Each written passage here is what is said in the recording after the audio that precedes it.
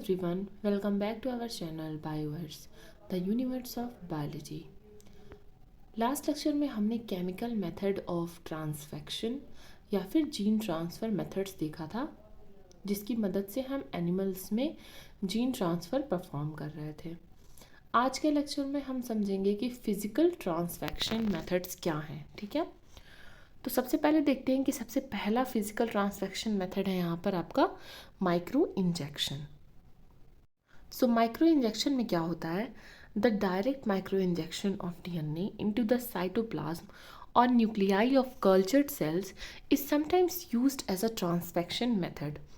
तो यहाँ पे बेसिकली क्या हो रहा है, यहाँ पे डायरेक्ट आप एक माइक्रो इंजेक्शन, जैसे आप इंजेक्शन लगवाते हैं, वैक्सीन लगवाते हैं, तो वहाँ पे एक इंजेक्शन होता है, ठीक है। उसी तरह से ये माइक्रो इंजेक्शन है, मतलब ये बहुत स्मॉल साइज की चीज़ों को आपके जो है सेल में इंजेक्ट कर सकता है या फिर आपके बॉडी सरफेस में इंजेक्ट कर सकता है, ठीक है। तो यहाँ पे माइक्रो जो वर्ड है ये साइज़ को रिप्रेजेंट कर रहा है और प्रोसेस वही है, इंजेक्शन की प्रोसेस बिल्कुल सिमिलर है। Although highly efficient on an individual cell basis, the procedure is time consuming and only a small number of cells can be treated. जैसे कि आपको एक एक करके, मतलब 1 by 1 आपको सेल्स में इसको इंजेक्ट करना पड़ेगा, तो ये पहली बात तो टाइम कंज्यूमिंग हो जाएगा, ठीक है। और 1 by 1 करने की वजह से जो है ये प्रोसीजर आप जैसे आप 1 लाख सेल पर तो माइक्रो इंजेक्शन परफॉर्म नहीं कर सकते हो, ठीक है। तो नंबर आपको हमेशा स्मॉल रखना पड़ेगा, क्योंकि अगर आप 1-on-1 परफॉर्म कर रहे हो तो उसकी एक लिमिट हो जाती है। लेकिन इस टेक्निक की जो सबसे ज़्यादा मेजर एडवांटेज है वो क्या है? डायरेक्ट न्यूक्लियर डिलीवरी जो होती है, उसकी वजह से जो एक्सपोजर होता है फॉरेन डीएनए का और किसी ऑर्गेनल से, वो मिनिमाइज हो जाता है या फिर प्रेजेंट ही नहीं होता है। जैसे मान लीजिए ये आपका सेल है, ठीक है, यहाँ पे आपका न्यूक्लियस है, ठीक है।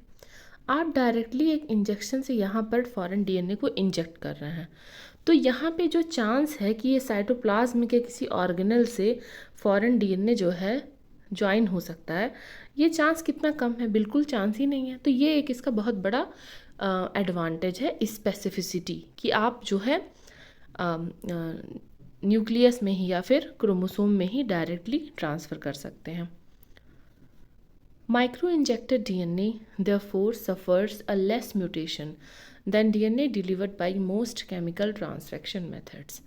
फिज़िकल मेथड में सबसे बड़ा एडवांटेज रहता है कि यहाँ पे म्यूटेशन के चांसेस जो होते हैं वो लोअर हो जाते हैं, क्योंकि केमिकल के साथ हमारा जो ऑर्गेनल है वो किस तरह से रिएक्ट करेगा ये आप प्रिडिक्ट तो कर सकते हैं, लेकिन यहाँ पर जो है एनोमोलीज या फिर मतलब अलग चीज़ें होने के चांसेस ज़्यादा हैं, जिसकी वजह से म्यूटेशन हो सकता है। लेकिन जब आप फिज़िकल मेथड परफॉर्म करते हैं तो ऐसी कोई भी पॉसिबिलिटी नहीं होती है, ठीक है। The most significant use of micro injection is the introduction of DNA into the oocytes and eggs of animals, ठीक है। तो इसमें क्या होता है, जैसे आपने सुना होगा कि हम हमेशा जैसे जब सिनगैमी करवाते हैं तो oocytes जो है वो मिलते हैं स्पर्म्स के साथ, ठीक है।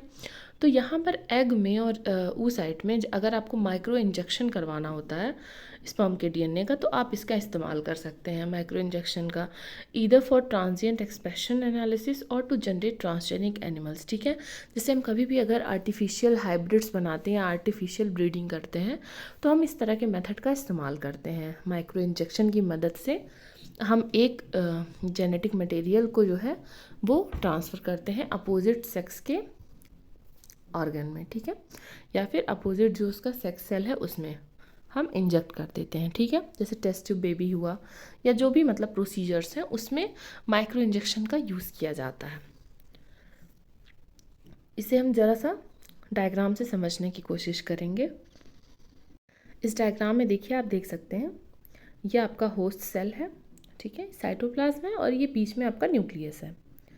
अब यहाँ से आप पिपेट की मदद से अपने सेल को होल्ड कर लेंगे और ये देखिए ये आपका माइक्रो इंजेक्टर है, माइक्रो इंजेक्टर है जिसकी मदद से हम माइक्रो इंजेक्शन को परफॉर्म करते हैं। इस जो आपका टूल है इसको माइक्रो इंजेक्शन नीडल बोलते हैं, ठीक है।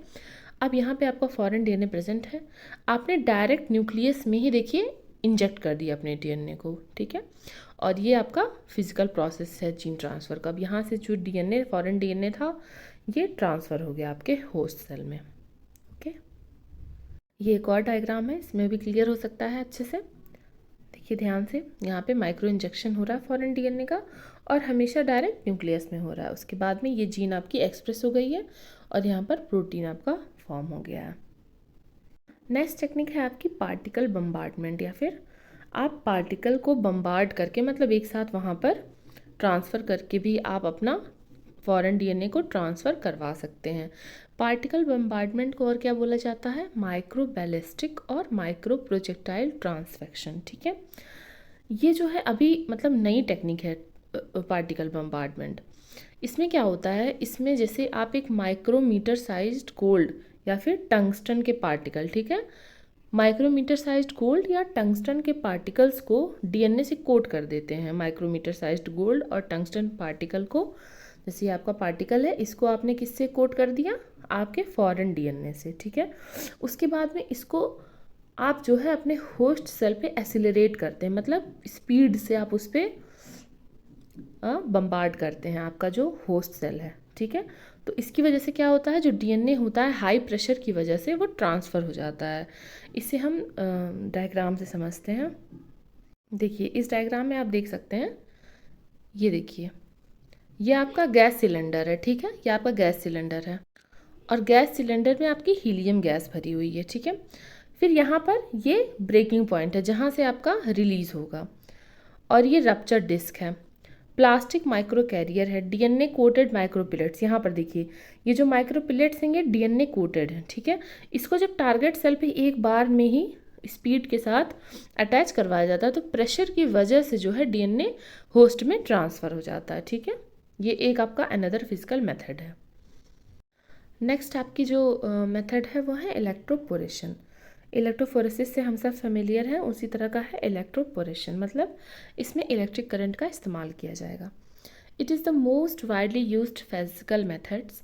The exact mechanism is unknown, but it is supposed that the short electrical pulse disturbs cell membranes and makes transient pores in the membranes.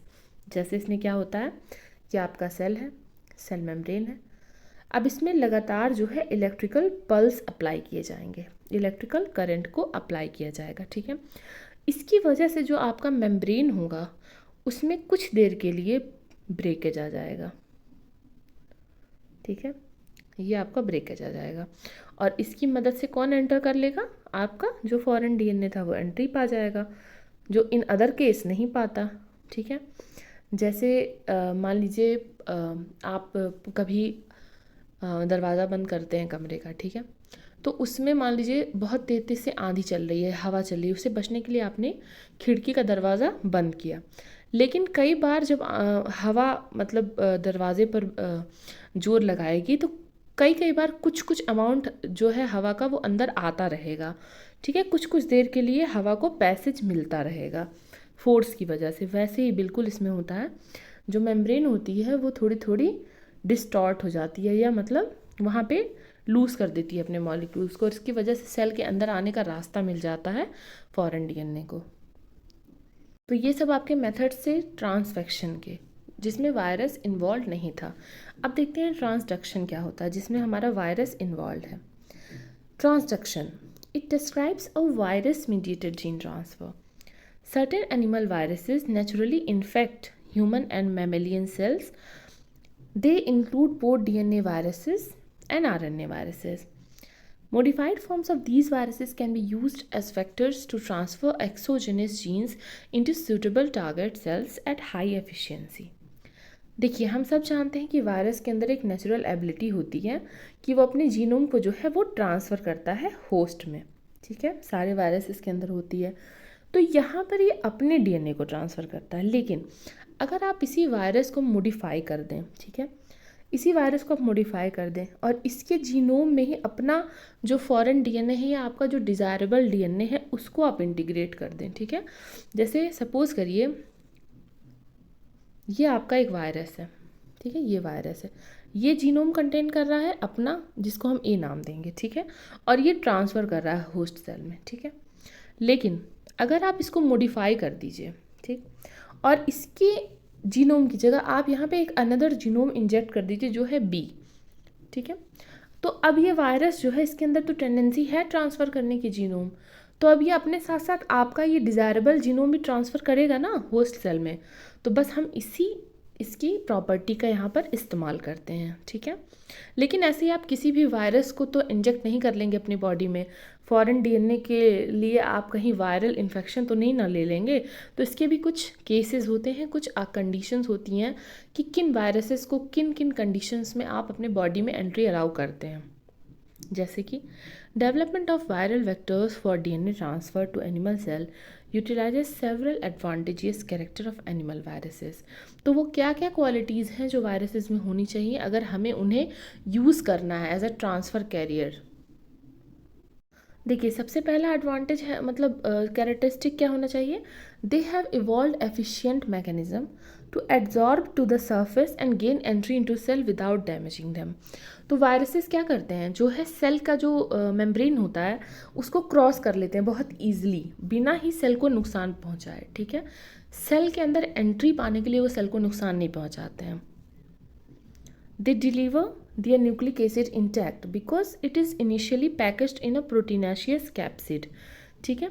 तो ये न्यूक्लिक एसिड को मतलब एज इट इज़ बिना damage किए अपने न्यूक्लिक एसिड को या अपने जो जेनेटिक मटेरियल है उसको बिना डैमेज किए ट्रांसफ़र करते हैं। तो इससे हमें क्या फ़ायदा होगा, हमारा जो फॉरेन डीएनए उसको भी बिना डैमेज किए ट्रांसफ़र करेंगे।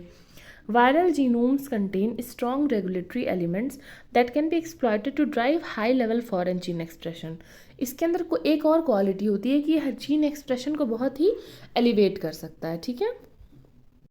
बहुत सारे वायरसेस के अंदर जो होती है रेंज होती है उनके होस्ट की, वो बहुत ब्रॉड होती है। इस वजह से आपको परेशान नहीं होना पड़ेगा कि मतलब किसी स्पेसिफिक सेल टाइप में ही वायरस मीडिएटेड ट्रांसफ़र जो एप्लीकेबल हैं। तो ये एक ब्रॉड रेंज देता है आपको होस्ट सेल का। Many viruses can stably transform cells by integration or latent episomal replication, ठीक है। तो ये जो इनके अंदर नेचुरल क्वालिटी होती है सेल को ट्रांसफॉर्म करने की, ठीक है, इंटीग्रेट करने की अपने जीनोम को उनके साथ, मतलब मिला लेने की, तो ये सब हमें जो है बेनिफिट करता है। लेकिन वायरस मीडिएटेड ट्रांसफ़र का सबसे बड़ा ड्रॉबैक क्या है, इम्यूनोजेनेसिटी एंड साइटोटॉक्सिटी। जैसा हम सब जानते हैं हमारे शरीर में अगर वायरल इन्फेक्शन होगा तो हमारा जो इम्यून सिस्टम है वो रिस्पॉन्ड करेगा, ठीक है।